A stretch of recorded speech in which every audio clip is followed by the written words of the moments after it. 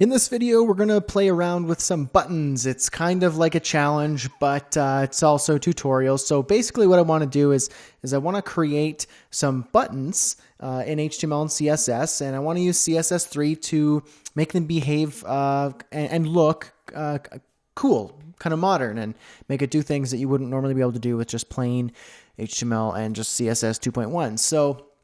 So yeah, we're going to play around. We're going to create some buttons here, and it's going to be cool. So create buttons.html, and same deal as always, basic structure, modify your title, and give it an H1 with CSS3 fancy buttons, and 2 A tags with the class of button. And the second one, we'll say alt button, because we're going to, in the class as well, because we want to be able to give this similar styles as the first one, but have an alternative styling that we could play around with. First one says click me, second says no click me. And what we're going to do here is select the button class in our CSS, and let's get styling. So we're going to say display inline block. We want them to be side by side, but also behave kind of like a block level element where we can play with the width and all that sort of stuff. Okay, background. It's FC3, kind of the color, the theme of this course so far, FC3. And we're going to make the color white. And we're going to give some padding. We're going to say 10 on top and bottom, 20 on the left and right. And we're going to do some margin. We're going to say 10 on the top and bottom and on the left and right. And then we're going to get text decoration, none. We don't want any underline in there. So far, the buttons are kind of coming together. They look pretty cool. Very simple. But we want to make it even better. So let's add some CSS3 here. Let's, under our background, let's add another background. And the reason why we do that is because we're going to add a linear gradient.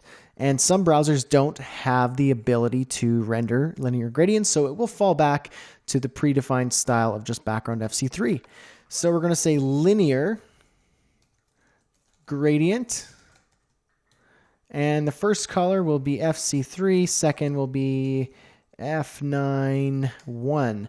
And so you can see here we got a bit of a gradient. It's kind of looking a little more three-dimensional. Okay, and now what we want to do is we want to give it a border. Solid 1 pixel. Let's go for DDD. See what that looks like. See if it looks good. It's too subtle. We need to go darker. Let's go 999. Whoops. And there we go. That's a bit better there. It looks okay. Now we want to add a border radius. So border radius, and we'll say 5 pixels. And there we go. We got 5 pixel border radius. And let's do some text shadow there. We need a bit of contrast between the background and the text color there. So we're going to say text shadow. And we're going to say 0 pixels, 1 pixel, and 333. And we're going to give it a bit of a blur. So let's say, I don't know, 5 pixels. Let's do less, 3. And let's make the color an RGBA. RGBA 000 0.6. And less blur, let's go 2 pixels. And that's looking pretty good so far. It's kind of popping out there. Now what we want to do is we want to, on the hover, make it do a few different things. So we're going to select the button and then hover. And what we'll do now is on hover, we'll just modify a few things here to make it stand out when we hover over these buttons. So let's say we're going to say the border is going to get darker, solid. Oh, let's just do the color. Border color. And we'll say 333. That's going to be darker. And let's say the text shadow will also change to 0, 1 pixel, 2 pixels, and then RGBA. And we'll do the same, 0, 0, 0, and then 0.9. So it's going to become a little less transparent on the hover. And then what we'll do is we'll modify that, that background. So we need a backup here. So let's go F9-1. So let's see what we got so far. So when you hover, you could see the background color changes to a solid color. The border is a bit darker and the text shadow is darker. I don't like how dark the border is, so we'll just change that color to something a little more subtle, like 888. And that's better. And now what we'll do is we'll actually add a gradient in there because we can. The first style is there simply for backup for older browsers. And so we'll just let's go. We'll go FA3 and F. Actually, let's do the same colors, but we'll go like this. We'll go FC3 and then F91. But what we'll do is we'll say to top, and that should flip the gradient. There you go. So it looks like you're moving the button, you're pressing the button in, because the light kind of casts a different kind of shadow on the button, so to speak. So it kind of gives a little bit of like a pressed inward effect. What we could also do is we could change the position on active. So let's say button active. So when we've clicked the button down, we'll say position relative and then top 1 pixel and leave it at that for now. And then watch this. When you click it, the button moves down just so subtly when you click it. So it has a cool little effect when you do that. So let's try a little animation here. Let's go. We'll add our keyframe just at the top here. We'll say keyframes. And what we're going to do is we're going to say from and to. And at the very beginning of the animation, let's do the padding. We'll say padding. We're going to say 10 pixels and 20 pixels. To padding. And we'll say 15 pixels to 30 pixels.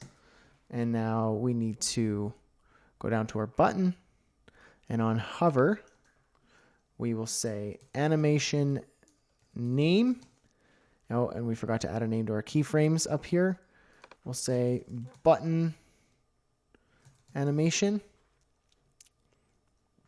This will be button animation. And animation duration, let's say it's going to last 4 seconds. And let's check it out. So you could see slowly that button, maybe a little too slow. What if we made that last 1 second? There we go. But it jumps back in, so I don't want it to do that. I want it to stop at the last frame. You just use the animation fill mode, and you just say forwards. And that should stop it at the last frame. So let's just double check. There you go. And now let's do something else here. Let's go back up to our keyframes and let's make the text size. Let's say font size inherit. So that's the default font size of whatever it is.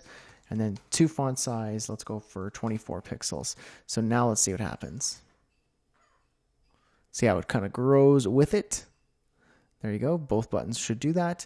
And now because we have a second class here, we could just style that just a little bit differently, just for fun. We'll say Alt button, and we could just say something like background. Let's go radial gradient, and we'll say the same deal, FC3 to F91, and that should give us a cool radial gradient. And then when we hover, we're just going to flip those colors around. It'll be the hover pseudo class, and then we'll just say background radial gradient, and we'll just say F91 to FC3. And now those will just flip on hover, like so. And if I wanted that animation to be a little quicker, we could do something like 0.5 5 seconds, so it'll be quicker. Like that. Cool. So it's just a very simple example of using CSS3 to play around with some buttons. Obviously, you could do whatever you want, and you could whatever works best for your design and whatever you think looks best, whatever works best, as long as you're not getting in the way of usability. It's fair game.